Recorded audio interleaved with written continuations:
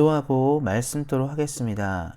우리의 주인 되시고 은혜를 내려주시는 하나님, 오늘 이 아침에도 우리 사랑하는 성도님들에게 풍성한 말씀의 은혜를 부으시고 말씀의 능력으로 이 땅을 살아가도록 함께 하시기를 기도합니다.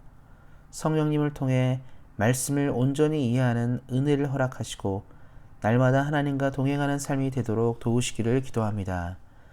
지금은 주의 말씀을 듣습니다. 말씀을 전하는 사람과 듣는 모든 사람에게 하나님의 은혜가 충만하게 임하길 원하며 우리를 구원하신 우리 주 예수 그리스도의 이름으로 기도하였습니다. 아멘. 함께 하나님의 말씀 보도록 하겠습니다. 같이 읽을 하나님의 말씀은 신약성경 388페이지 요한일서 2장 1절 말씀입니다. 신약성경 388페이지 요한일서 2장 1절 말씀입니다.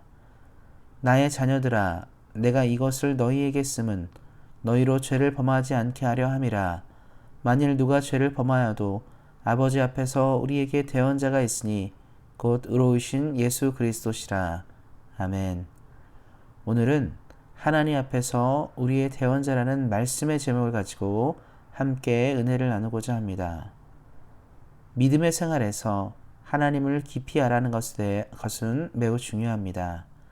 하지만 우리가 잘 아는 것처럼 인류에게 흘러들어온 죄악은 원천적으로 하나님과의 깊은 사귐을 가로막았습니다. 오랜 기간 그래서 인류는 하나님께 도달하기 위한 수많은 길들을 찾았고 수많은 노력을 기울였지만 결국 이르지 못했습니다. 예수님이 오시기 전까지 모든 인류가 하나님을 향해 가졌던 길들을 찾았던 노력들은 헛수고가 되었습니다.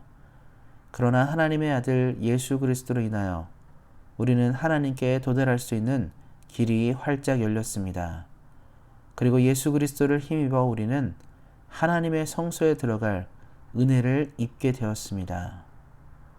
하지만 우리 모두는 하나님 나라에 이를 때까지 여전히 죄악이 많은 이 세상을 살아야 합니다. 여전히 수많은 죄들이 우리를 위협하고 온갖 유혹이 넘치는 이 세대를 어쩔 수 없이 살아야 한다는 뜻입니다.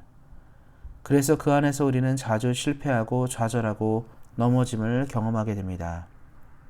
성경에서 가장 하나님을 잘 따르고 신뢰하였던 다윗 왕조차도 육신의 정욕을 이기지 못하고 무너진 사실이 있었습니다.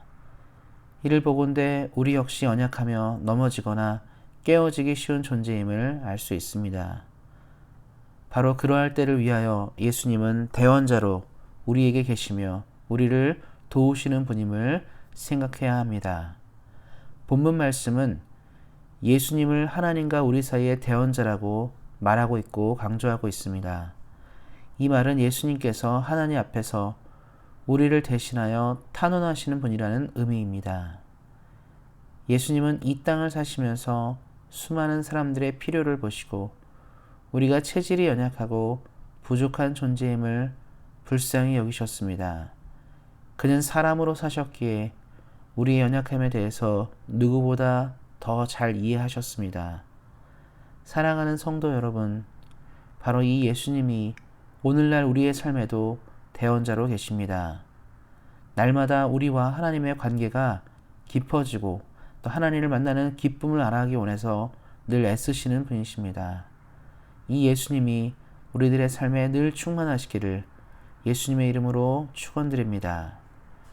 그런데 오늘 우리는 이 관점에 또 하나의 관점을 이야기하려 합니다. 바로 하나님에 대한 부분입니다. 하나님은 우리와 늘 깊은 사귐을 가지기 원하시는 분이십니다. 그래서 하나님은 우리를 창조하시고 심히 기뻐하셨습니다. 그래서 하나님은 타락한 인간, 죄악으로 떨어진 인간의 모습을 외면하실 수 없으셨습니다. 그는 우리를 너무나 사랑하시는 창조주이며 아버지이며 하나님이시기 때문입니다. 그래서 하나님은 죽어 마땅한 우리들의 삶에 하나밖에 없는 독생자 예수를 보내시기로 결정하시고 보내신 분이십니다. 흔히 우리가 하는 것처럼 사람과 사람 관계에서도 더 사랑하는 사람이 손해를 보고 삽니다. 그 이유는 너무 사랑하기에 손해를 입어도 감수하고 살아가는 것이기 때문입니다. 마찬가지로 하나님은 우리를 너무 사랑하셔서 손해를 입기로 결정하셨습니다. 그런데 그 손해는 작은 것이 아니라 자신의 아들을 십자가형에 몰아넣을 정도로 매우 큰 것이었습니다. 우리와 같이 연약한 사람들을 위해서 그렇게 하신 것입니다. 그 이유는 바로 우리와 깊은 사귐을 가지기 위해서, 우리와 깊은 교제를 가지기 위해서 그러셨습니다. 우리는 흔히 예수님이 심판을 하려 하시는 하나님 앞에서 대언자가 되셔서 하나님의 진노를 막는 이미지로만 떠올리는 경우가 많이 있습니다. 그러나 우리는 이것을 먼저 기억해야 합니다. 하나님의 사랑이 없었으면 우리를 향한 구원의 길도 없었을 것입니다. 그의 놀라운 사랑이 자신의 큰 손해를 입으면서까지도 우리를 향한 것입니다. 우리는 마땅히 그래서 하나님을 예배하고 찬양해야 하며 하나님과의 관계를 향해 한 걸음 두 걸음 더 나아가야 합니다. 그의 놀라운 사랑이 우리에게 대언자 예수 그리스도를 허락하신 것이기 때문입니다. 천국에 이를 때까지 우리는 세상과 살아가야 합니다. 그리고 이 험악한 세상을 주의 뜻대로 살아가기 위해서 하나님과의 사귐이 필요합니다. 하나님과의 사귐이 있는 인생만이 다시 일어날 힘과 능력을 얻기 때문입니다. 우리 모든 사랑하는 성도님들의 삶에 하나님께서 허락하시는 은혜와 평강이 늘 함께 하시기를 예수님의 이름으로 축원드립니다. 기도하겠습니다. 놀라운 사랑으로 우리를 사랑하시고 그 아들을 아끼지 않고 내어주신 하나님께 감사를 드립니다. 날마다 우리를 향한 하나님의 사랑을 늘 만나게 하시고 예수님을 힘입어 이 땅을 살아가도록 함께 하시기를 기도합니다. 혹 우리가 쓰러지고 넘어져도 우리에게 계신 대언자 예수님을 생각함으로 날마다 하나님 앞에 나아갈 수 있는 믿음과 은혜를 허락하시기를 기도합니다. 우리 모두에게 가장 좋은 길들을 주시는 하나님께 감사하며 우리를 구원하신 우리 주 예수 그리스도의 이름으로 기도하였습니다. 아멘. 함께 기도하는 시간 갖도록 하겠습니다. 새로운 교회에 이전한 교회에서 우리 온사양교회가 부흥하고 성장할 수 있는 교회 될 수 있도록 많은 영혼이 위로받고 구원받는 장소 될 수 있도록 교회를 위해서 기도해 주시기 바랍니다. 또한 새로운 담임 목사 청빙을 위해서 기도해 주시기 바랍니다.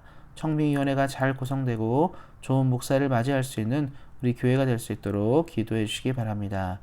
우리 안에 몸이 연약한 자들이 말씀의 은혜로 하나님의 능력으로 회복되어서 함께 예배드리는 은혜 누릴 수 있도록 이를 위해서도 기도해 주시기 바랍니다.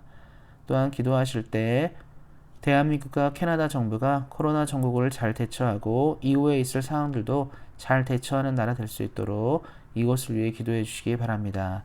또 기도하실 때 내일은 수요 예배가 있습니다. 수요 예배를 통해 하나님의 은혜를 얻는 시간 될 수 있도록 예배를 위해서도 기도해 주시기 바랍니다. 오늘 말씀처럼 우리에게는 대언자 예수님이 있습니다. 그 대언자 예수님은 우리와 하나님의 관계에 사귐을 깊어지게 하시는 분이십니다. 예수님을 통해 늘 하나님과 사귐이 깊어지시기를 예수님의 이름으로 다시 한번 격려드립니다. 오늘도 말씀 안에서 은혜 안에서 승리하세요. 주의 사랑으로 사랑합니다.